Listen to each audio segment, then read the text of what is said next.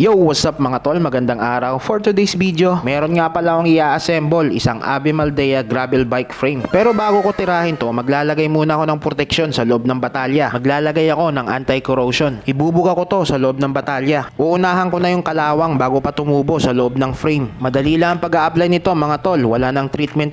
Rekta na sa rectum. At bago ko nga i-apply yung anti-corrosion, tinakpan ko muna yung mga maliliit na butas sa frame para walang tagas kapag nagbuga na tayo ng anti-corrosion sa loob ng frame. At after ko nga takpan ng masking tape yung mga maliliit na butas, i-apply ko na yung anti-corrosion. Pero sabi ni Lexi, bago daw i-apply ang anti-corrosion, shake nyo lang yung bottle para mag-mix mabuti yung anti-corrosion.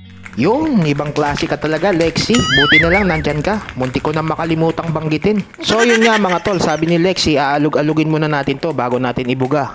Pinalitan ko nga rin pala yung ulo or spray valve ng anti-corrosion. Pinalitan ko siya ng ibang spray valve, yung may nakausling maliit na tubo, para mas maganda ang tirada. At pagkatapos, in-apply na natin yung anti-corrosion sa frame. Nag-DIY nga rin pala ako ng maliit na hose na sinalpak ko sa spray valve ng anti-corrosion para maibuga ko ng maayos ang anti-corrosion sa mga butas na nakapaloob sa batalya. Siya nga pala mga tol, ang anti-corrosion pala ay kalimitang ginagamit sa mga steel para mapigilan ang pagtubo ng kalawang sa mga bakal. At kung sakali mga magpapapintura kayo ng bakal na frame, pwede nyong ipa-first coating ang anti-corrosion bago siya bugahan ng primer.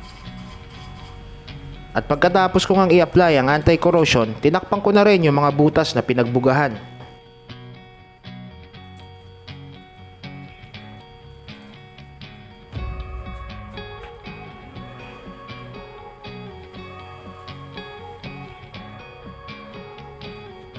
At pagkatapos ko ngang takpan yung mga butas na pinagbugahan, syempre, aalugin na natin yung frame para kumalat yung anti-corrosion sa loob ng batalya.